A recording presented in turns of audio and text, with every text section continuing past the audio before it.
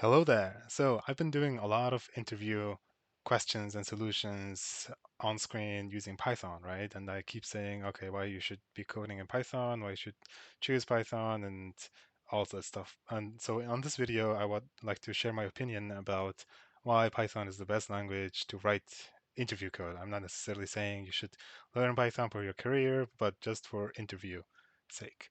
So basically, it boils down to time. And what do I mean by time is there are two aspects of it. Python, in terms of learning to code an interview, it's just super simple. You can learn it in just basically in a few days. You just have to learn a few syntax, remember a few um, types and operations, stuff like that, a few libraries maybe, and that's it. And also, the second thing that matters is time of writing the code, which basically means number of characters to do certain operations, right? You don't have to do curly braces. You don't have to declare like hash map, all sorts of things, and you don't have to do like types, right? And this just basically saves a lot of time. And let's dig into the learning curve a little bit, right? The first argument.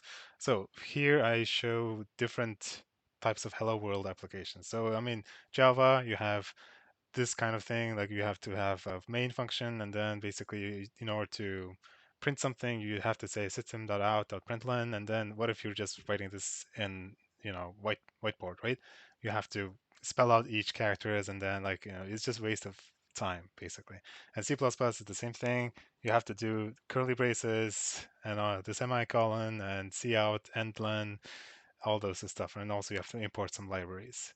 But in Python, it's just basically one line and also like print hello world, right? I mean, it's super readable. You can basically read it and then we'll see what it is. And this is not, I mean, the hello world application is like, this is basically nothing, right? But I'm just saying, okay, I mean, to learn Python in terms of interviewing, it's just super simple. I mean, you can read online about, how Python is like super easy to learn, it's super friendly for beginners, all sorts of stuff, and then you find people who agrees with me. And in terms of number of characters, right? Here's just an example of a solution of a problem that I recently showed you. So this is lead code 771, jewels and stones.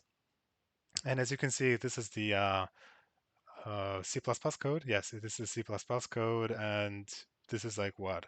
A lot of characters. It might not seem a lot, but here's also the Java solution is basically the same as the C++ solution, right? And also the third one is the JavaScript solution. So in JavaScript, it is much less, but as you can see, you have the semicolons, you have the curly braces, but in Python, you don't have anything like that, right? So you don't have the semicolons, curly braces, or even the brackets, right? You don't have anything like that. So if you count the number of characters, Python is basically like twice as less or something like that, even more. Um, so this would not matter if you're writing on a keyboard per se, but in terms of when you're doing on-site interviews and writing on the right whiteboard, it just basically takes a lot of time. So there might be some of you thinking about, okay, I mean, what if I'm trying to learn Java or C++ for my career, right? Then that makes sense to learn it also in the interview. And I'm here to say that's not necessarily true.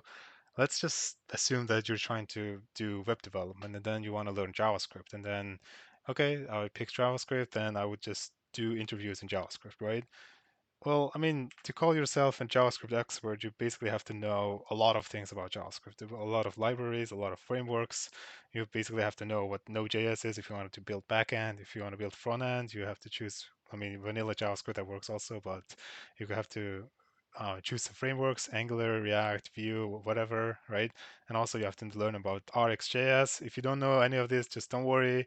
Basically, what I'm trying to say is to be an expert in a programming language, it's just much more than just solving interview problems. You have to learn much. You have to dig deep, much into that. Yeah, I mean, there's a lot of time and investment to learn a certain language. And I do a lot of Python codes myself, right? So not only in interviews. When I'm solving interview problems, I just do Python, and then I know all the syntaxes in Python, but I don't know anything about these frameworks. I mean, I just barely know about Django. I've heard about it. I watched some tutorials about it, and also I use this library called NumPy exclusively a lot, but I still can't. I still forgot the syntaxes of it.